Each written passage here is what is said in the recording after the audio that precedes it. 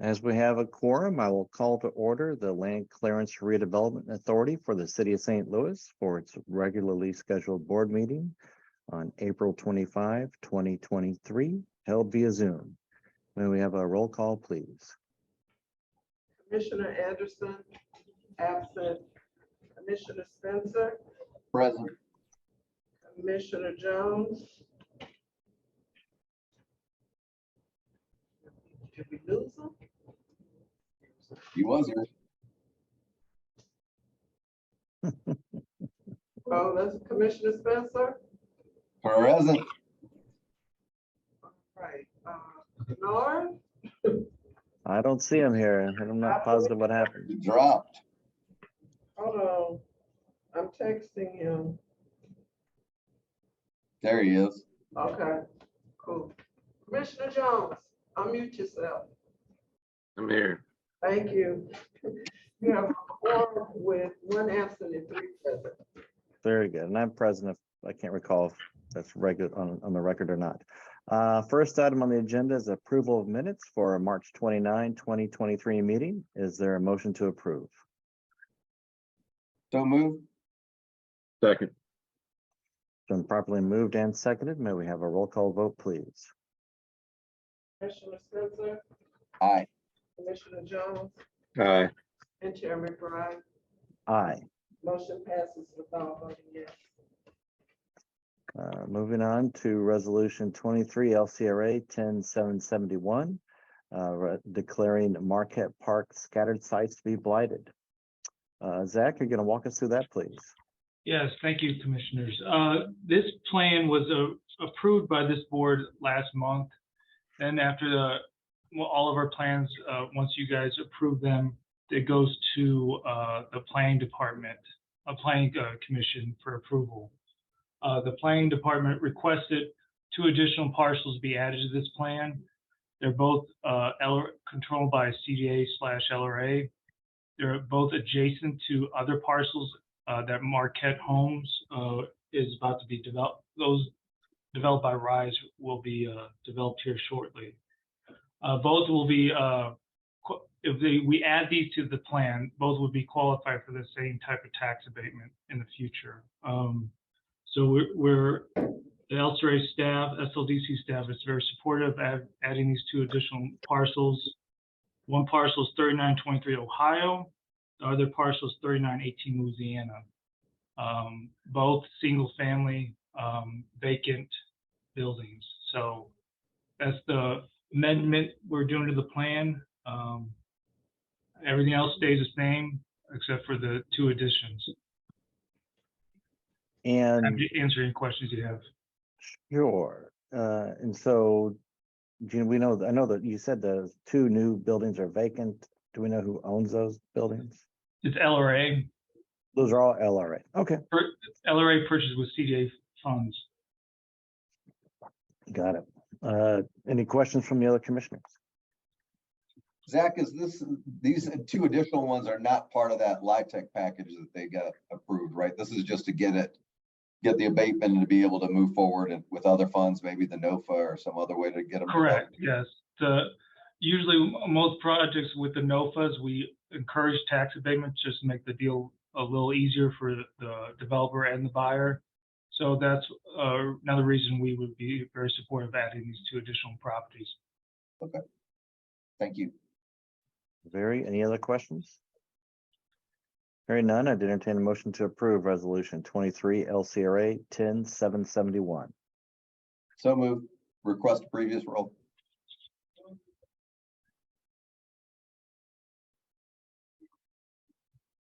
Second. Been properly moved and seconded with previous roll requested. Is there any objection to that request? Hearing none, the motion passes and the resolution is approved. Let's take up 23 LCRA 10772 relating to 927 Laurel Street. Who do we have to walk us through?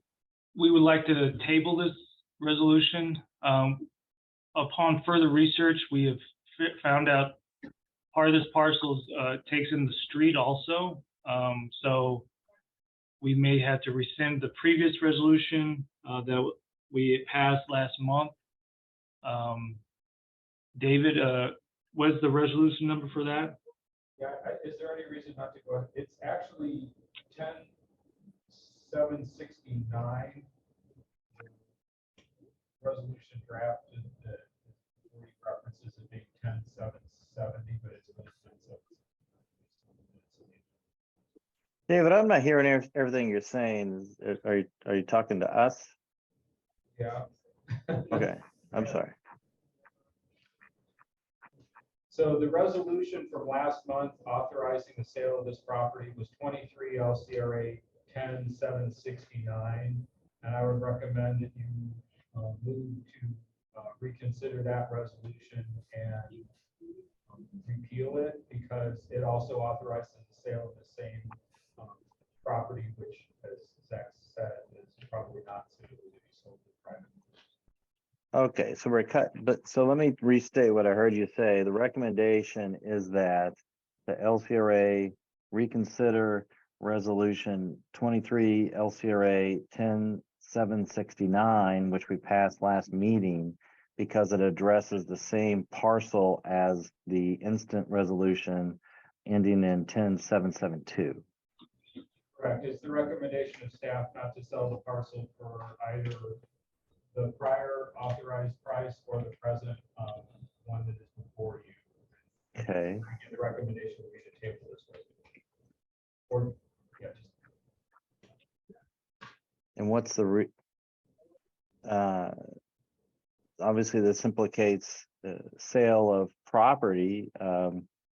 Do we need to go into executive session to discuss reasoning for this? No, the reason is if you actually have a map that has an overlay of what's underneath the parcel, you would see that it's probably 90% street. Rob, I think, can elaborate further. Okay, and I see Rob Orr's hand up. Thank you, Rob. Yeah, I'm not sure what the history of LCRA acquiring this property is, but it very clearly is should be dedicated as right of way and become a city street. There are a number of parcels throughout the city, most notably Truman Parkway, in which LCRA properties were acquired to build that section of roadway from I-55 at Lafayette south to Choteau. And for whatever reason, the parcels were never dedicated to become part of the public street, which is essentially how they were functioning. And selling this off would prevent that from happening in the future, in addition to not making a lot of sense for a private citizen to own, what's functioning as a public street.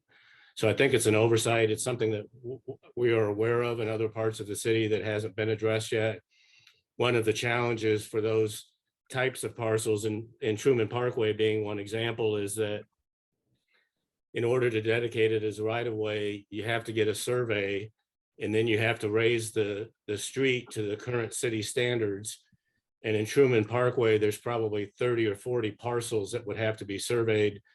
And then, technically, according to the current rules, would have to be improved to current city street standards, even though it's already currently a city street that's being maintained by the streets department, I believe, possibly MoDOT in some sections of that. So this is just an oversight that came to our attention, and we should definitely not proceed with selling this parcel. Okay, and has Ms. Carradine been apprised of this? No, she hasn't. We just realized how much the street was in the parcel, so.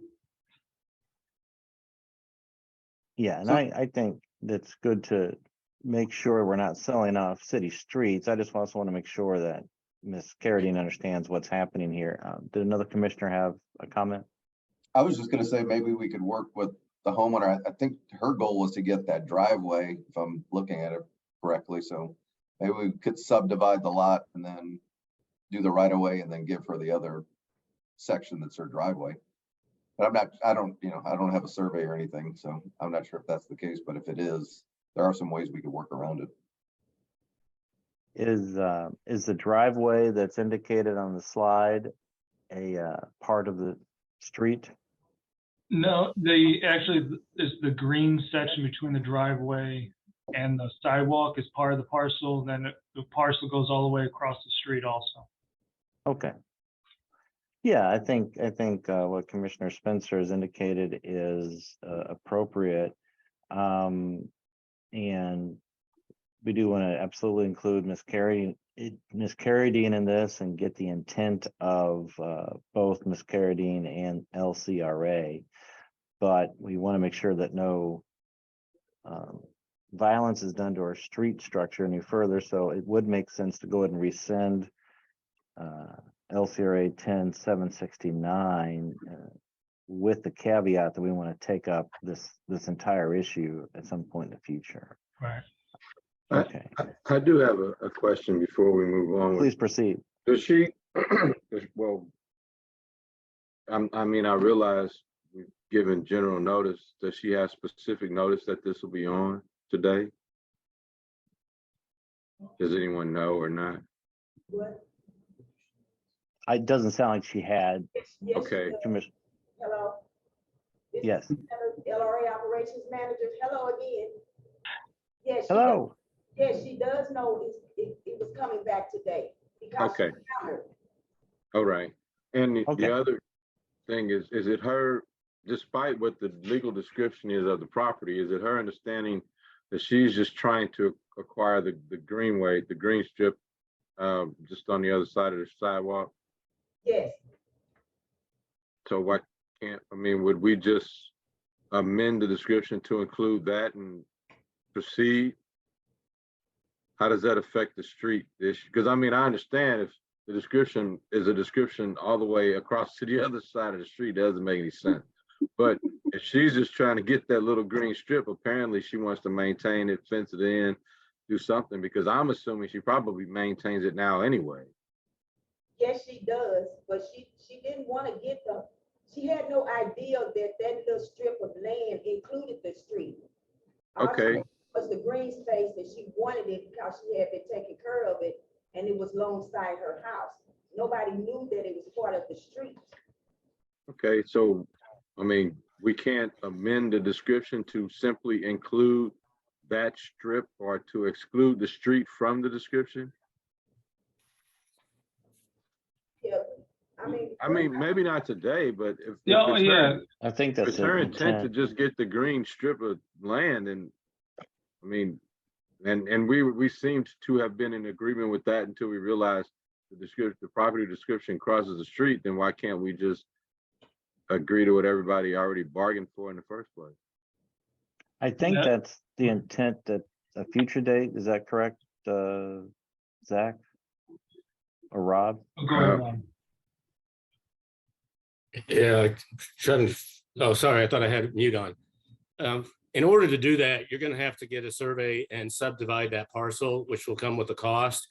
I'm also slightly concerned that you would have then an irregular right-of-way line if a future dedication of that was going to take place, which could to do any improvements to that street or to the sidewalks.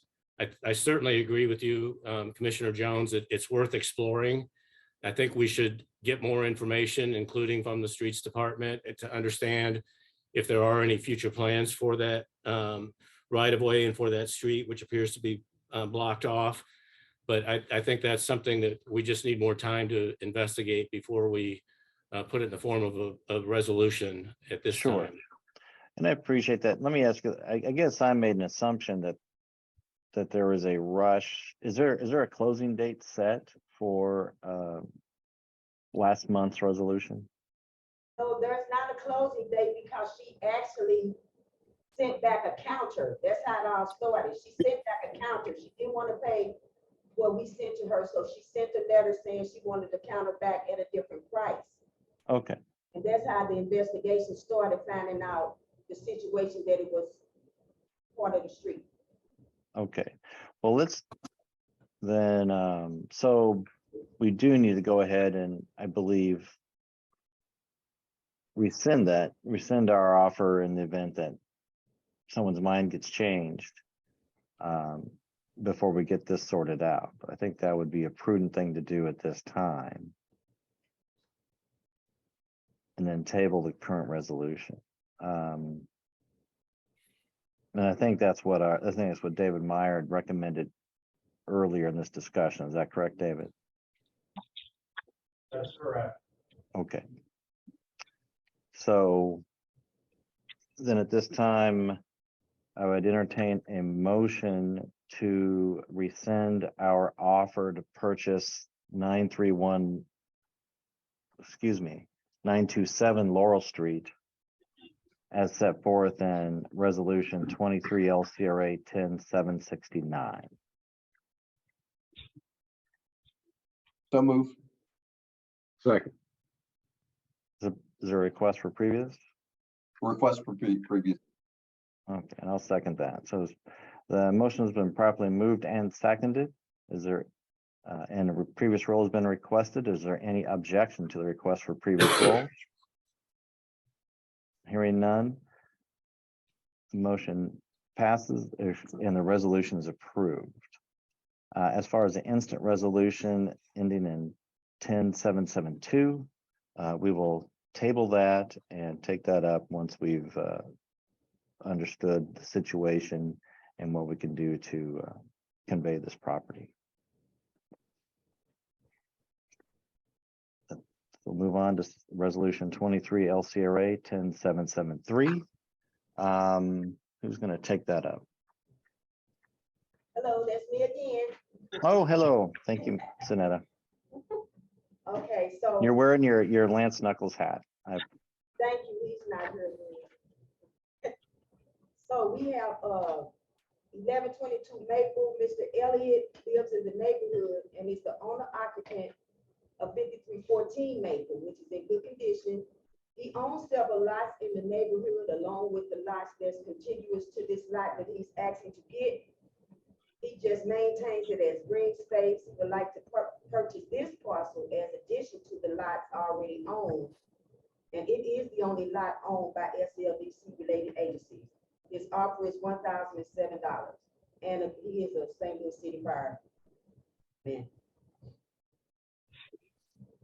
And the recommendation is to approve this offer. Is that correct? Yes, Okay. And does that offer of $1,007, is that within the LRA guidelines for purchase of this property? yes, it is. Okay. Any questions on this resolution from other commissioners? Netta, I got a couple of questions. There's a major development on the other side of Barkmer that's going to be multi-million dollars of housing, I believe, the Cook Elementary School. So, you know, these parcels are becoming, I think, probably more valuable. I was going to ask to better understand how many other lots he owned in this section, because we would be helping him assemble these lots for further development down the line. What is the one that he doesn't own that's in between the red, which I'm assuming is 1112 Maple Place, and the other ones that he owns? That's a privately owned lot that I understand that he's trying to purchase from the private owner. Okay. Is there any reason why we would sell this now and not just lease it to him so he can maintain it while he works on a development plan for the rest of the parcels? Because To my understanding, he doesn't have a development plan. He's just using it as green space. And we do not have that garden lease program anymore, so we wouldn't lease it to him. So it's the only option we have is to sell it to him, to help him assemble the entire lot without a development plan? Yep. So I mean, yeah. Well, my sense is that this is a really great opportunity, and I certainly would love to see development on the site, and the bigger the site, the better, but we really do have some leverage owning that parcel. If you can get the other parcel, then maybe you can come back and give us some ideas on what he might want to build there, or if there's some way to facilitate a development. This is just my opinion, and we have other commissioners that'd like to hear this. No, he's not developing on there. I can already let you know he's not going to develop anything on there. He's gonna keep it in green space. If anything, he would do because he grows vegetables and fruits and things on his other lots. So if anything, that's what he'll do, but I can almost assure you that he's not gonna develop on that lot. Well, I still think, you know, we're the land reutilization authority, so we want to try to reuse this as economic development as possible. So that's kind of my position on selling it at this point, but I want to hear what the other commissioners say. Commissioner Jones? Yeah, I would just add that I'm in favor of green space. It's consistent with MSD's effort to try to increase the green space in the city to avoid the flooding problems that we've had over the years. And, growing local fruits and vegetables can be, I don't think every place has got to have a brick on it. And I mean, if I'm looking at it just through Google Earth and it looks nice just to have some green space. If you're growing fruits and vegetables, that's good, but more to that end is MSD's effort to try to decrease its runoff for sewage.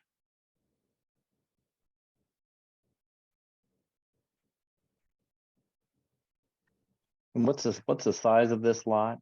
Do we have the acreage? It looks like maybe 32, not even an acre. It's 3,934 square feet. Mhm. And it looks to be somewhat irregularly shaped, is that right? Correct. And it's not buildable according to the city. Yeah. I think that the nature, I appreciate Commissioner Spencer bringing this to our attention, and I agree that we need to have development where we can, but on a non-buildable lot, it may be good just to grow some vegetables. I also happy to, if there's a desire from the commissioners, happy to table this, and Mr. Elliott can come in and discuss that with us if someone thinks there's a need for that. I don't think that there's a need if the other commissioners are in agreement. Okay. Well, then, at this time, I would take up a motion to approve resolution 23 LCRA 10773. So moved. I'll second with previous row. Okay, it's been properly moved and seconded with a request for previous roll. Is there any? Okay, then we have a roll call vote, please. Thank you, guys. Bye. See you next time. Thank you, Sonetta. But let's can we have a roll call vote, please. Commissioner Spencer, No. Commissioner Jones, Aye. and Chair McBride. Aye. Motion passes with 2 voting yes and 1 no. And Commissioner Spencer, I would like to say this on the record. You're the first no vote since I've been on this commission in 10 years. You're the only other no. I want a ribbon, Kennard. Give me a ribbon. I don't know if that's correct. But You don't think so? I don't know. I have to go back and look, but irrespective, we'll move on.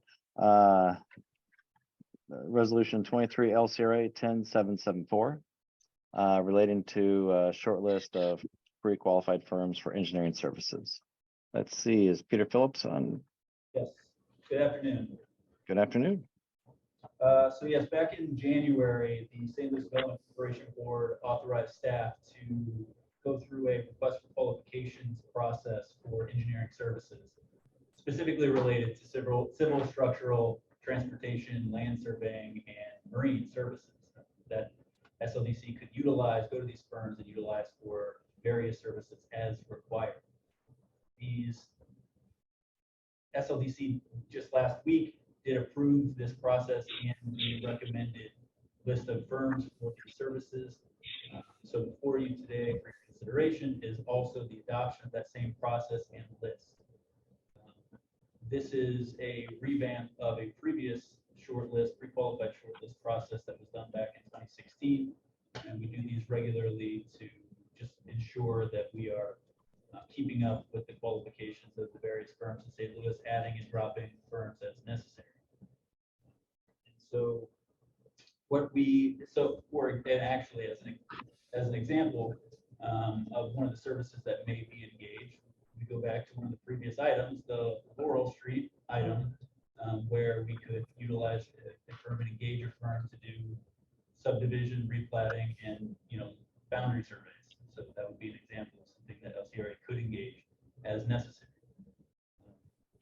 And so you have the list as part of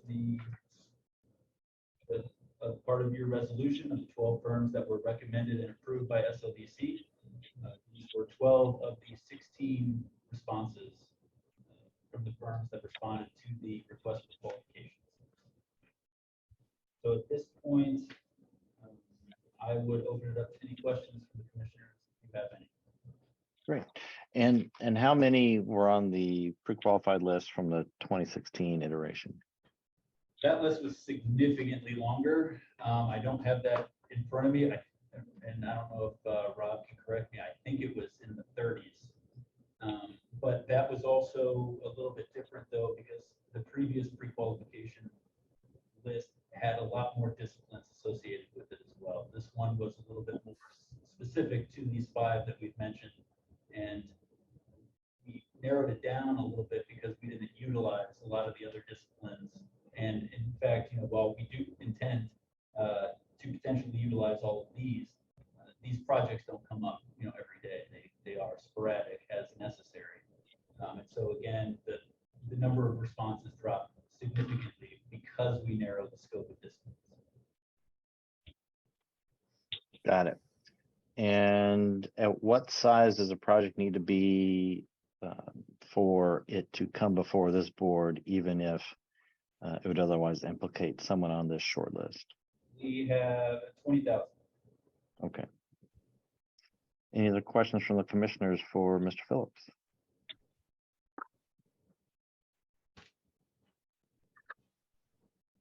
When assigning a project to a engineering firm from the short list, is a consideration made as to whether the firm is located inside the city of St. Louis as opposed to somewhere else in the region? Yes, that was also something that was evaluated in the original responses. The majority, all of the firms that are on the list are within the region. The majority of which actually have a local office in the city of St. Louis. But that was part of the consideration for inclusion on this list as part of their capacity, their ability to respond and be available immediately. And I would just ask that to the extent the firm is qualified, the preference for assigning the actual project itself go to a firm that is headquartered in the city as well.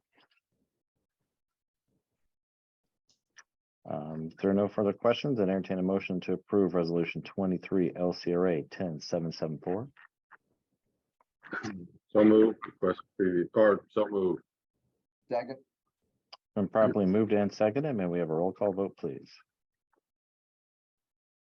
Commissioner Spencer, Aye. Commissioner Jones, Aye. and Chair McBride. Aye. Motion passes without voting yes. Thank you.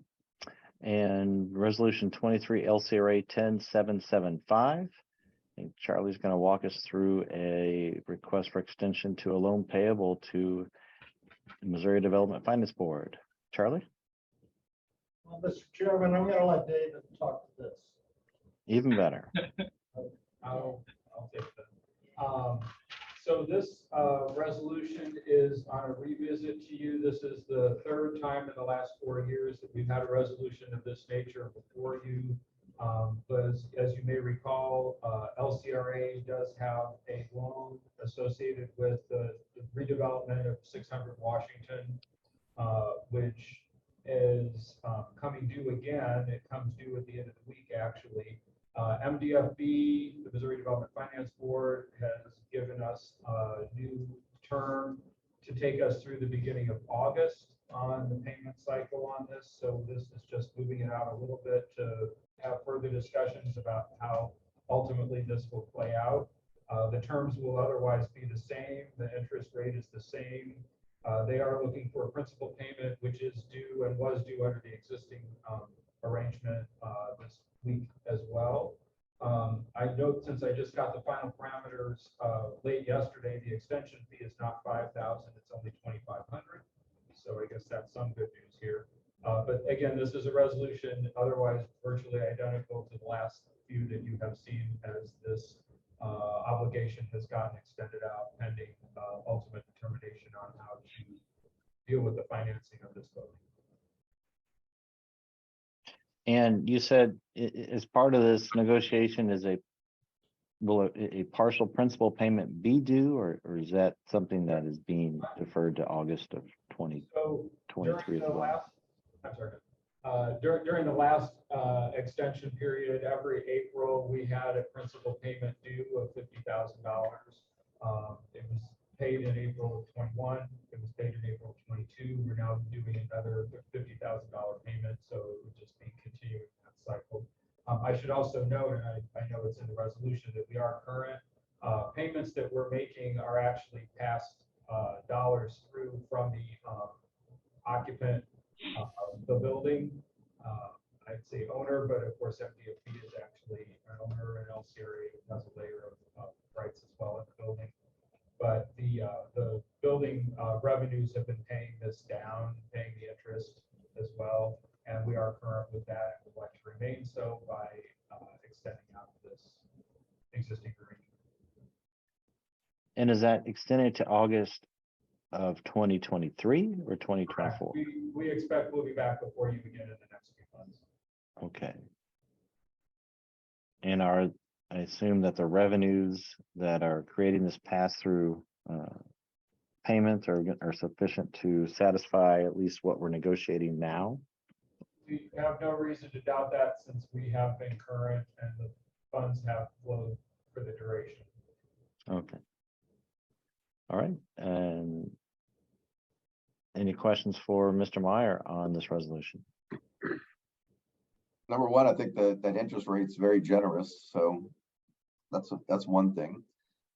Second, just maybe some more context of what's going on with the building, like what the lease rates are, how much space is vacant, just any more general information about the building itself.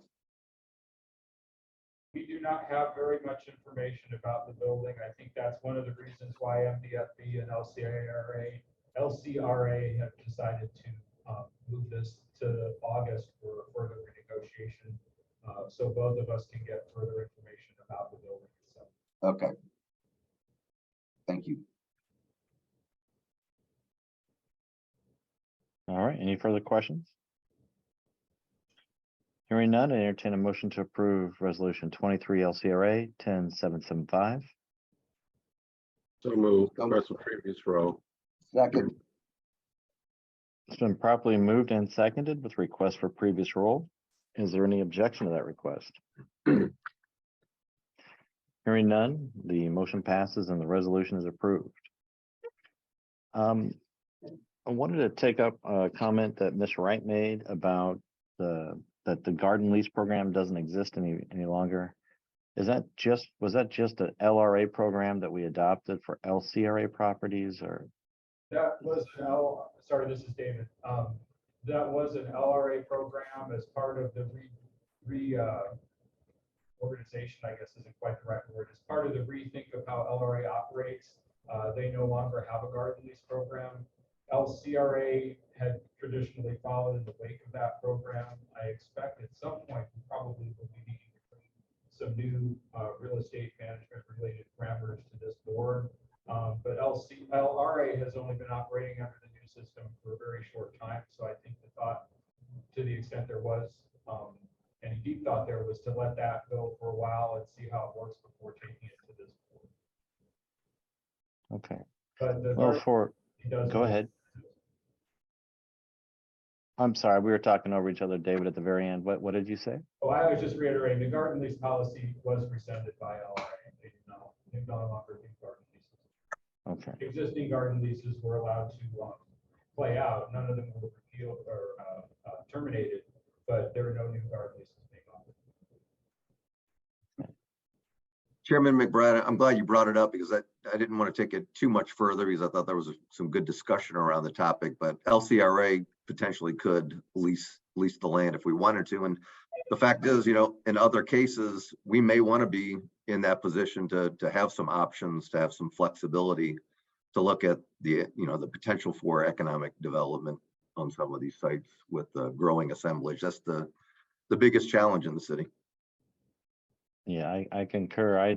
I'd be amenable to letting some time pass to see how the LRA's rethinking progresses, but I think that it's good flexibility to have a garden lease program in place for sites that are non-buildable or so irregular that there's not much else to do with them. It sure takes some of the burden off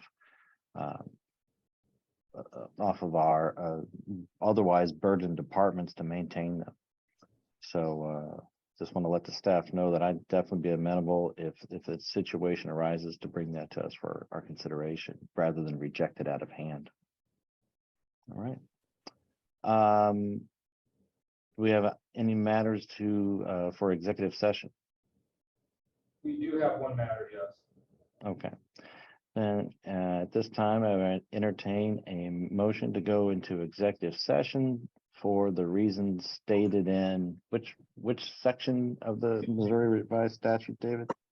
Sure, yeah, it's proceedings involving, matters involving, leasing, purchase, or sale of real estate is provided by section 610.021 sub 2. Very good. Is there such a motion? So moved. Second. And properly moved and seconded. May we have a roll call vote, please? Spencer. Aye. Commissioner Jones, Aye. Chair McBride, Aye. motion passes without voting yes. Thank you. Have to And- leave Zoom and go to your Google Meet calendar invite to do executive session. Google. Go to your calendar, Bernard, I sent you one. Okay.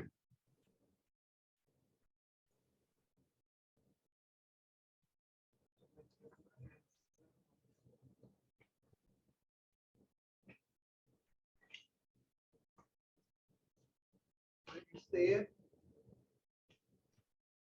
And when you click it, when you click the calendar invite, click join with Google Meet. Camera failed. Should I be able to log off of this one first or what? I think I should log off of this one first. Yeah. I'm sorry, say that again. Oh, there you go. Yeah, just, it is, I got it open.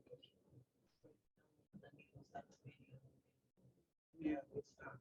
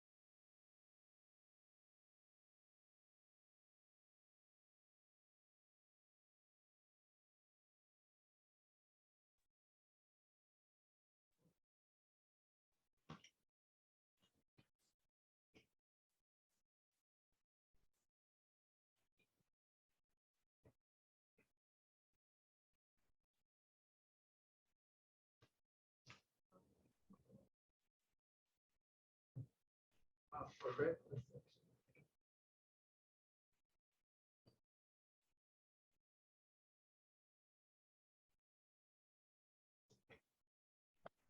They were waiting on Commissioner Jones.